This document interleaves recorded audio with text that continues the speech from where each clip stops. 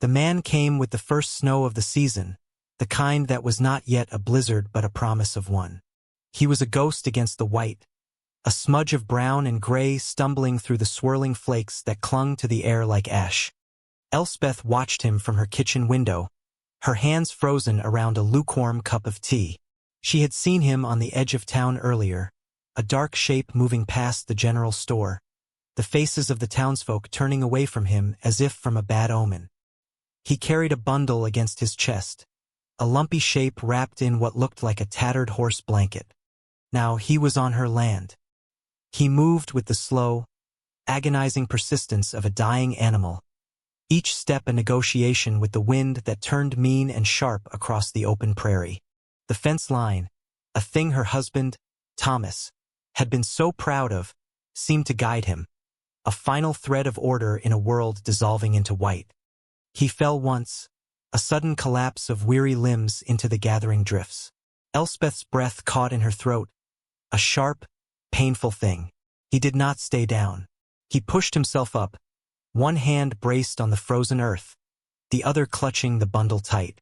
It was then she saw it, a tiny, pale hand, no bigger than a sparrow, flailing for a moment from the blanket's edge before being tucked back inside. A child.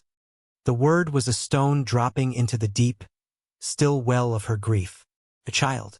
Her own house was a monument to a child that never was, to a silence that had settled in the corners and refused to leave. The man reached her porch and did not climb the steps. He sagged against the lowest one, his head bowed, his body a question mark against the graying wood.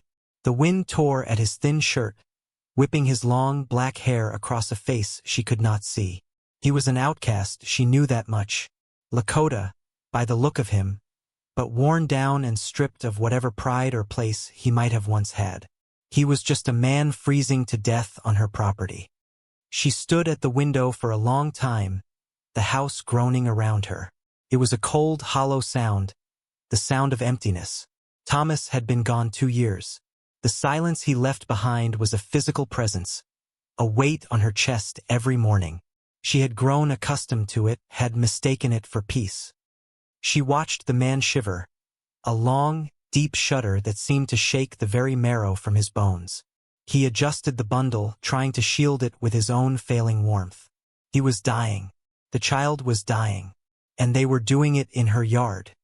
The town had turned its back. They would let him freeze, and in the spring the sheriff would come out and they would bury him in an unmarked grave, and the child with him.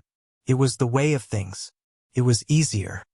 Elspeth put her cup down on the counter. The sound was unnaturally loud in the quiet kitchen. She walked to the door, her hand hovering over the iron latch. Her heart hammered against her ribs, a frantic bird trapped in a cage of bone. This was not her concern. Her world had shrunk to the size of this homestead, to the rhythms of survival and memory. Opening this door was an invitation to something else, something complicated and dangerous. He did not look up as the door creaked open. The wind rushed in, carrying the scent of snow and pine and something else, the metallic tang of desperation. She did not say, "Come in," she did not say anything at all. She simply opened the door wider and stepped back, leaving the space empty. An offering, a question. For a long moment he remained motionless. Then, slowly, as if lifting a great weight, he raised his head. His face was gaunt. His skin stretched tight over sharp cheekbones and cracked by the cold. His eyes were dark pools of exhaustion, but in their depths, a flicker of something wary and wild remained. He looked at her, then at the square of warm, yellow light spilling from the doorway. He shifted his weight, testing his frozen limbs. With a groan that was lost to the wind, he pushed himself to his feet.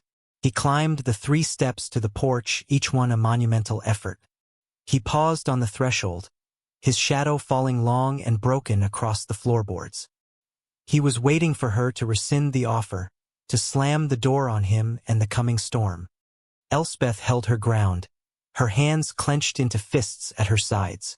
She met his gaze, and for a heartbeat, the world fell away, leaving only 2 isolated souls on the edge of a vast, indifferent wilderness. He stepped inside. The door clicked shut behind him, and the sound seemed to sever a cord to the outside world. The wind howled, its voice muffled now, a beast locked outside. Inside, the silence was different. It was no longer empty. It was filled with the ragged sound of his breathing and the rustle of the blanket. He stood, dripping melted snow onto the floorboards, his body rigid with a mixture of relief and suspicion. He did not move further into the room. He held the baby as a shield. Elspeth moved without a word. She went to the hearth where the fire was little more than embers and added 2 thick logs of cottonwood. She worked the bellows, her movements practiced and steady, until small flames licked at the wood, orange and hungry. The fire caught, crackling to life, throwing dancing shadows across the room. She turned back to him. "You're hurt." Her voice was thin, rusty from disuse. He shook his head, a small, jerky motion. His eyes were fixed on the fire, drawn to its promise of life. From within the bundle came a tiny, fretful cry, thin as a thread. The man's focus snapped back to the child instantly. He began to rock it gently, a rhythmic, desperate sway. "The child," Elspeth said, the words feeling foreign in her mouth. "Is it?" He finally spoke, his voice a low rasp, like stones grinding together. "Cold." It was all he said. It was enough. She gestured toward the fire. "Bring him here." She used the word him as a guess, a placeholder. He hesitated for a fraction of a second, his distrust warring with the child's need. "Need one." He crossed the room in 3 stiff strides and knelt on the worn rug before the hearth, turning the bundle so the warmth could seep into it. His own back remained to the cold room. Elspeth went to the stove. The stew from midday was still in the pot. She ladled a bowlful, the steam rising in a fragrant cloud. She took one of the 2 spoons from the drawer and placed it beside the bowl on the small table. Her hands trembled slightly. It had been 2 years since she had set a place for anyone but herself. She did not tell him to eat. She simply left the food there, a silent statement. She turned away, giving him the illusion of privacy, and busied herself at the dry sink, washing the cup she had abandoned. She could feel his gaze on her back, heavy and questioning. She heard the scrape of the chair, the clink of the spoon against the bowl, the sounds of life, alien and intrusive in the tomb she had made of her home. Later, when the bowl was empty and the fire was burning high, he carefully unwrapped the child. It was a boy impossibly small, his face pinched and blue with cold. His tiny chest rose and fell in shallow, rapid breaths. He was wrapped in layers of thin, worn cloth inside the horse blanket. Elspeth retrieved the cradle from the spare room. It was the one Thomas had made, his hands smoothing the pine until it was soft as water. It had stood empty for 5 years, a vessel for dust and unspoken sorrow. She carried it out and placed it near the fire, laying a thick wool blanket inside, one she had knitted in a fit of desperate hope long ago. She looked at the man. His eyes followed her every move, dark and unreadable. He understood. He gently, so gently, placed the sleeping baby into the warmth of the cradle. The child sighed, a small, contented sound that seemed to undo a knot in Elspeth's chest she hadn't known was there. That night, she gave the man a pile of blankets and pointed to the floor by the hearth, the warmest spot in the house. She went to her own cold bed, the door to her room left ajar. She lay awake for hours, listening. She heard the man rise several times to add wood to the fire, the soft creak of the floorboards a strange and comforting rhythm. She heard the baby stir and the man's low, murmuring hum, a sound that was not quite a song but held the same power to soothe. She did not lock her door. It was the first unspoken rule of their new life. The days that followed fell into a quiet pattern, a slow, unhurried dance of shared space. The storm passed, leaving the world buried in a pristine, blinding white. The silence between them remained, but it was no longer the sharp-edged silence of strangers. It was becoming a softer thing, a shared quiet built on routine and observation. He was a tireless worker. He rose before she did, the fire already built, its warmth pushing back the dawn chill. After he tended to the baby, he would pull on his worn boots and go outside without being asked. He chopped a mountain of firewood, stacking it neatly against the cabin wall. He repaired the section of fence that had sagged under the weight of the first snow. His hands, though raw and chapped, working the wire with surprising dexterity. He moved with a purpose that seemed to be his only anchor. Elspeth, in turn, worked inside.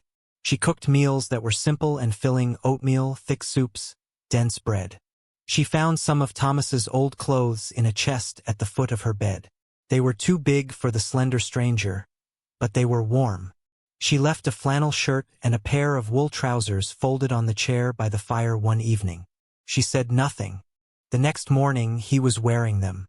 The baby, who he called Chayton, a name that meant falcon in his tongue, began to thrive. The pinched, blue look left his face, replaced by a healthy pink. His cries became stronger, more demanding. Elspeth found herself watching him for long stretches, this tiny, improbable life asleep in her husband's cradle. She would warm milk for him, her hands steady now, and hand the bottle to his father. One afternoon, while the man, she still did not know his name, was outside clearing a path to the barn, she noticed a small tear in the baby's blanket. She took it to her sewing box, her needle flashing in the pale winter light as she stitched the frayed edges together.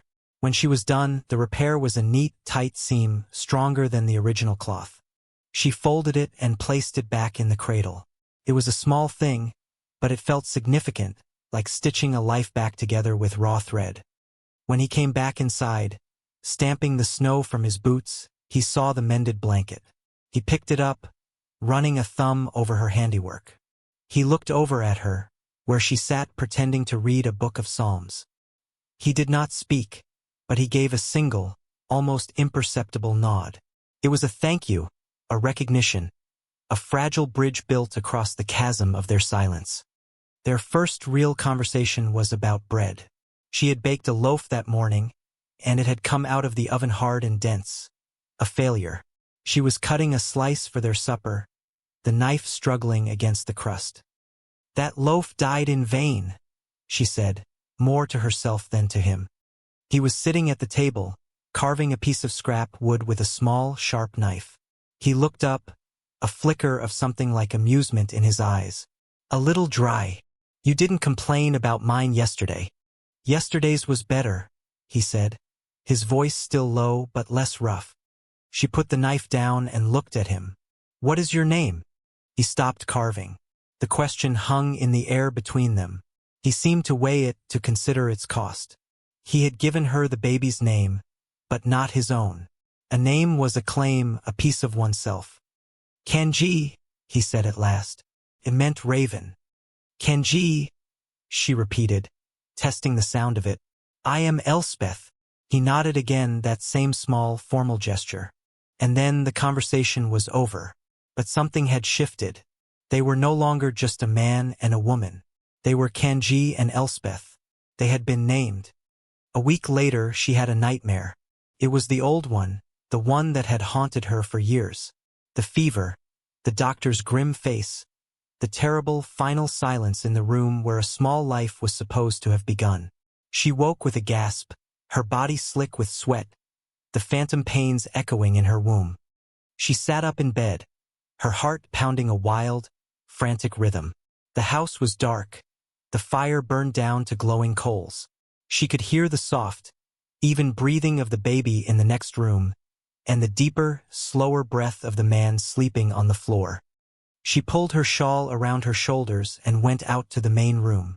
Kanji was awake. He was sitting up, leaning against the wall, a silhouette in the dying firelight. He had heard her cry out. "A bad dream," she said, her voice trembling. He did not pry. He just watched her, his presence a steady, quiet anchor in the darkness. She walked to the cradle and looked down at Chayton, his small face serene in sleep. She reached down and touched his cheek, the skin impossibly soft. "I lost a child," she said to the darkness. The words torn from a place deep inside her she had sealed off long ago. A girl. She was born sleeping. Kanji said nothing for a long time. The fire crackled, a log shifting and sending up a shower of sparks. Elspeth did not look at him. She kept her gaze on the sleeping baby. "My wife," he said, his voice so quiet she almost missed it. She walked on. "Giving him to me." Walked on. It was a gentler phrase than died. It spoke of a journey, not an end. Elspeth closed her eyes.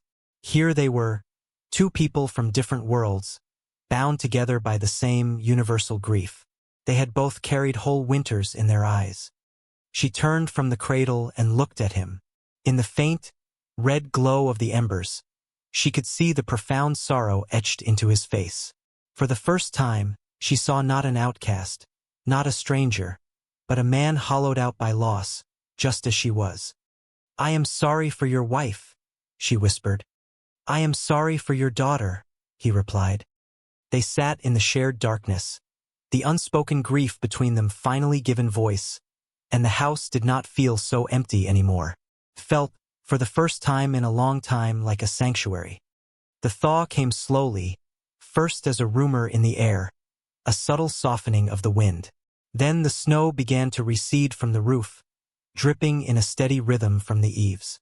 The world outside the cabin window began to change, the stark white giving way to the muted browns and grays of the waking prairie. Inside the cabin, a similar thaw was underway. The routines remained, the fire, the chores, the meals, but they were now threaded with small kindnesses. He took to carving, his knife turning scraps of pine into small, delicate figures. One morning, she found a tiny, perfectly rendered raven sitting on the mantelpiece. She touched its smooth, wooden wings and felt a warmth spread through her chest that had nothing to do with the fire. She, in turn, began to hum as she worked. Old tunes from her childhood, melodies she thought she had forgotten. They were quiet, almost unconscious sounds, but they filled the corners of the house, chasing away the last of the oppressive silence. Kanji never commented on it, but sometimes, when he thought she was not looking, she would see him pause his work, his head tilted slightly, listening. News of them had trickled back to town, carried by the first trapper to pass by after the snows cleared. The judgment followed soon after. When Elspeth rode into town for supplies, she was met with cold stares and hushed whispers. Mr. Henderson at the general store, a man who had known her since she was a girl, served her with a grim face and pursed lips.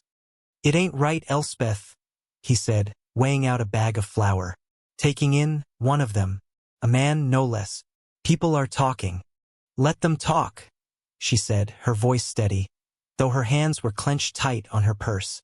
"I'd rather be talked about for saving a life than for letting one end on my porch." He had no answer to that. She paid for her goods and left, her head held high, the whispers feeling like small, sharp stones against her back. She did not tell Kanji about the town's disapproval. It was a battle she had chosen, and she would fight it herself. The true threat did not come from whispers, came on horseback. It was a bright, cold afternoon in early spring. Elspeth was hanging laundry on the line, the wet sheets snapping in the crisp wind. Kanji was reinforcing the corral, the rhythmic thud of his hammer echoing in the clean air. Chayton was asleep in his cradle on the porch, bathed in a patch of pale sunlight. It was a scene of such profound peace that the sight of the riders on the horizon felt like a violation. There were three of them, dark shapes growing larger against the pale sky. They were not trappers or travelers. They rode with a purpose that made the hairs on Elspeth's arms stand on end. Kanji saw them too. The hammering stopped. He straightened up, his body going tense and still. He watched them approach, his face becoming a mask of stone, the wary, haunted look returning to his eyes. "Go inside," he said to her, his voice low and urgent. "Take the child." "Who are they?" she asked, her heart beginning to pound. He did not answer. He simply looked at her, and in his eyes, she saw a fear so deep it stole her breath. She did as he said. She scooped the sleeping baby from the cradle and carried him into the house, closing the door but not latching it. She stood at the window, her knuckles white where she gripped the sill. The riders reined in their horses just beyond the mended fence line. The man in the lead was large and florid, his face flushed with sun and self-importance. He wore a fine leather coat and a wide-brimmed hat. Elspeth recognized him. Silas Mercer, a rancher whose land bordered the reservation, a man with a reputation for cruelty and a powerful sense of ownership over everything he saw. "Well now?" Mercer's voice boomed across the yard, thick with false bonhomie. "Look what we have here. I've been looking for you, boy." Kanji stood his ground beside the corral, the hammer still clutched in his hand. He said nothing. "Heard you ran off," Mercer continued, spitting a stream of tobacco juice near Kanji's feet. "Took something that didn't belong to you. That's thievin'. Where I come from." Kanji's voice, when it came, was flat and cold. "I took what was mine. My wages you never paid." Mercer laughed, a harsh, ugly sound. "Wages? For what? For the charity of a roof and food? You broke your contract. You owe me a year of your labor. You and that brat of yours. Now, you're coming back with me." Inside, Elspeth's blood ran cold. This was the source of his outcast state, the past that had followed him through the snow. Kanji didn't move. "I am not your property." "The hell you ain't," Mercer snarled, his friendly mask slipping away. He swung down from his horse, the other two men dismounting behind him. They were hard-faced men, their hands resting near the pistols on their hips. "You're an Injun with no tribe and no papers. You got no rights here. You belong to me until your debt is paid." Mercer took a step toward the fence. "Now, are you going to come quiet? Or do my boys have to persuade you?" The door of the cabin swung open. Elspeth stepped out onto the porch. She did not have a weapon. She held nothing but herself. She walked to the edge of the steps, her gaze fixed on Silas Mercer. "This is my land, Mr. Mercer," she said, her voice clear and carrying in the still air. It did not tremble. Mercer stopped, surprised. He tipped his hat to her, a gesture of mocking politeness. "Mum, didn't mean to disturb your peace. Just collecting my property." "He is not your property," Elspeth stated. It was not an argument. It was a fact. "He is a guest in my home, and you are trespassing." Mercer's eyes narrowed. He looked from her to Kanji and back again, a sneer twisting his lips. "You shacking up with him, widow? Got yourself a new buck to keep you warm." The insult was designed to shame her, to make her retreat back into the safety of her house. But Elspeth had lived with shame's quieter cousin, grief, for years. She was immune to it. "You will leave my land," she said again, her voice dropping lower, harder. "Now." For a moment it seemed Mercer might call her bluff. He took another step forward, his hand dropping to his own pistol. "I don't take orders from a woman who's forgotten her own kind." It was then that Kanji moved. He stepped away from the corral, placing himself directly between Mercer and the porch where Elspeth stood. He raised the hammer slightly, not as a weapon to be thrown, but as a statement of his position. He would be the wall Mercer would have to break through to get to her. He looked at Silas Mercer and he spoke, not in English but in the fluid, guttural syllables of his own tongue. The words were sharp, powerful, a torrent of righteous fury. Elspeth did not understand them, but she understood their meaning. It was a curse, a declaration of defiance, a reclaiming of his own voice in the face of the man who had tried to silence him. The sound of it, the raw power of his language on her land, startled Mercer. It was something he could not understand, could not control. He hesitated. In that moment of hesitation, something else happened. From the road, two wagons had stopped. It was Mr. Henderson from the store and old Jedediah, a farmer from the next property over. They had seen the riders, heard the shouting. They stood watching, their faces grim. They were the town, the gossips, the judgers. Mercer saw them. He saw the widow, unbowed and furious on her porch. He saw the Lakota man, no longer a broken creature but a warrior standing guard. And he saw the silent judgment of his own kind, watching him threaten a woman on her own land. His cruelty was acceptable in the shadows, on the fringes. Here, in the open, under the plain light of day, it was becoming a liability. He swore a vile, angry sound. "This ain't over," he spat, directing the words at Kanji.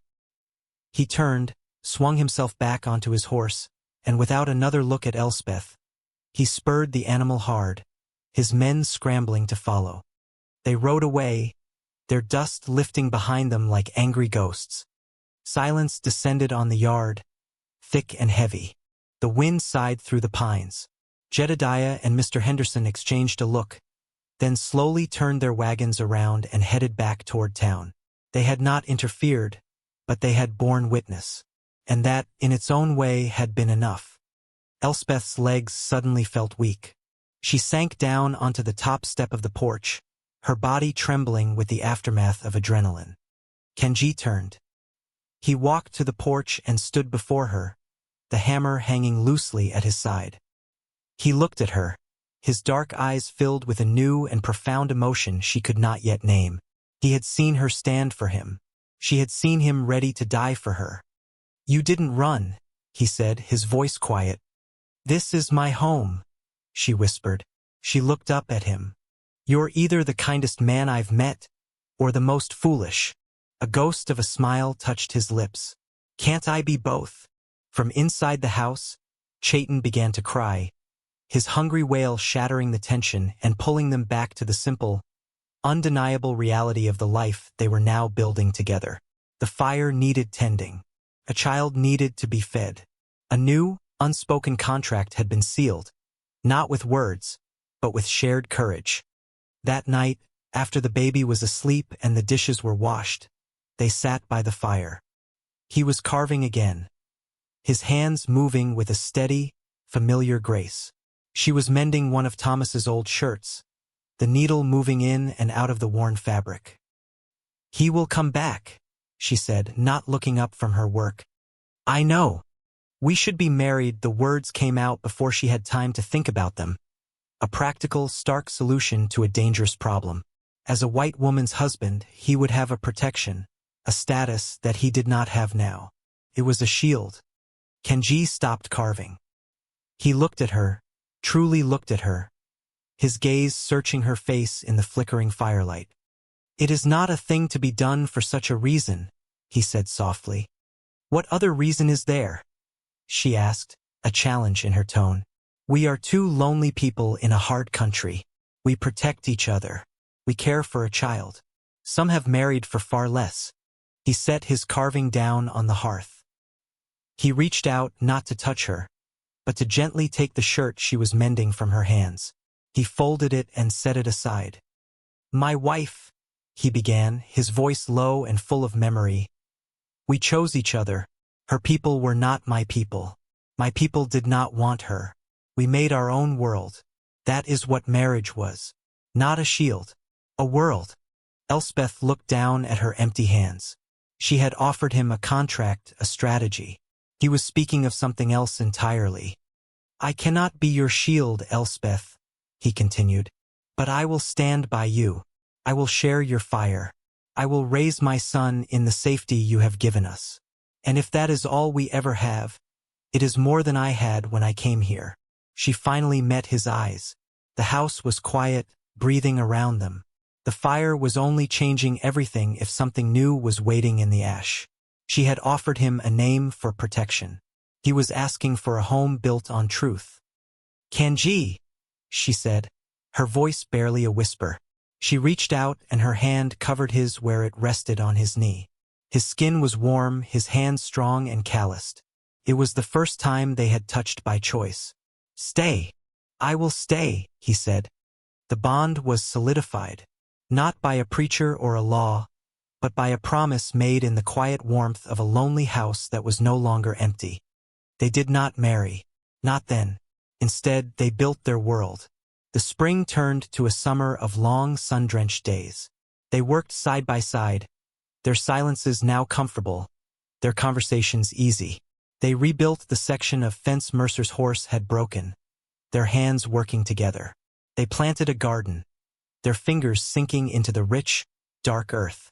Chayton learned to crawl on the porch, his happy gurgles the new soundtrack of the homestead.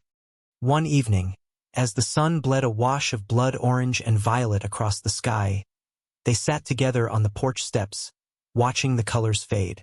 Chayton was asleep in his father's lap. Elspeth leaned her head back against the post. The house behind her felt solid, warm. It breathed with them. "I buried my little girl on that hill," she said quietly, gesturing with her chin toward the small rise behind the barn, marked by a single, weathered wooden cross. "I haven't been up there since the day Thomas put up the marker." Kenji said nothing, but the next morning he was gone. He returned an hour later, holding a small bouquet of wild prairie flowers. He simply held them out to her.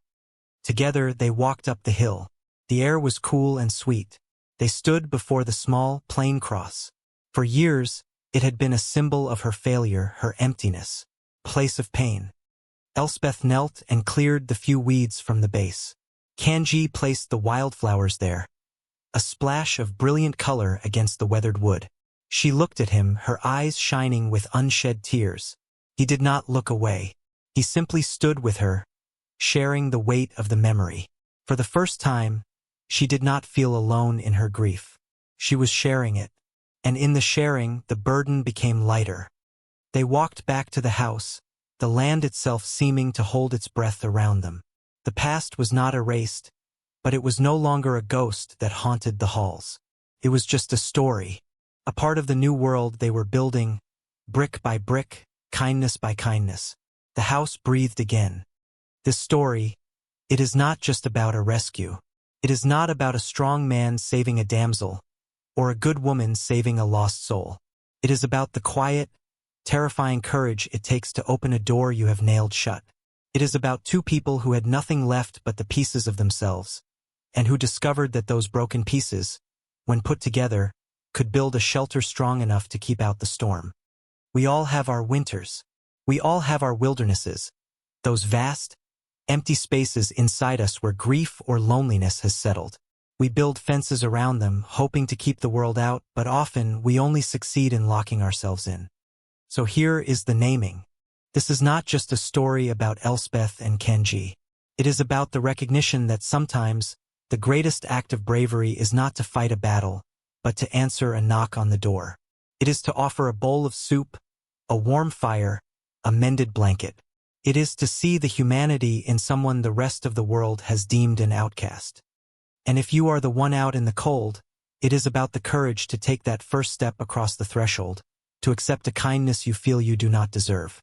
It is about finding the strength to speak your own name again. Because home is not always a place you are given. Sometimes, if you are very brave and very lucky, you might find it is a thing you build together, in the wreckage of what came before, stitching your lives together with raw thread, until the seam is stronger than the original cloth.